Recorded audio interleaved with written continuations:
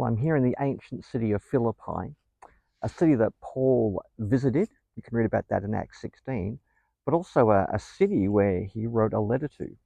Now, a lot of Paul's churches could be divided into the good, the bad, and the ugly. The Galatians were bad, the Corinthians were ugly, but the Philippians were good. And Paul wrote to the Philippians, thanking them for their support of him and his ministry, their genuine koinonia, fellowship in the gospel. He talks a lot about the advance of the gospel, suffering for the gospel, so many good things, but he also exhorts them more towards the imitation of Christ. I mean, Christ gave up his heavenly privileges to come and serve. Paul says he's given up his Jewish privileges to serve, and he wants to urge the Philippians to do the same. In a world where honor and status was everything, he asked people to lay that aside, to follow the example of Christ and to serve others.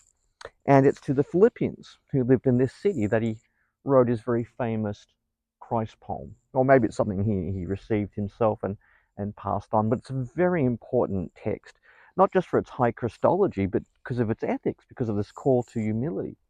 Where Paul wrote that Jesus was in the very form of God, but he didn't consider equality with God something to be used for his own advantage. And he emptied himself by taking the form of a servant, being found in human likeness, being made in appearance as a man.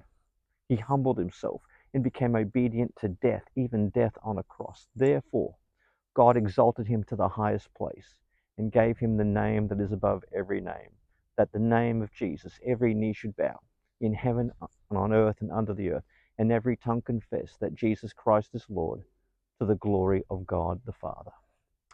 Great text, great letter Paul to the Philippians, great ministry Paul had in Philippi.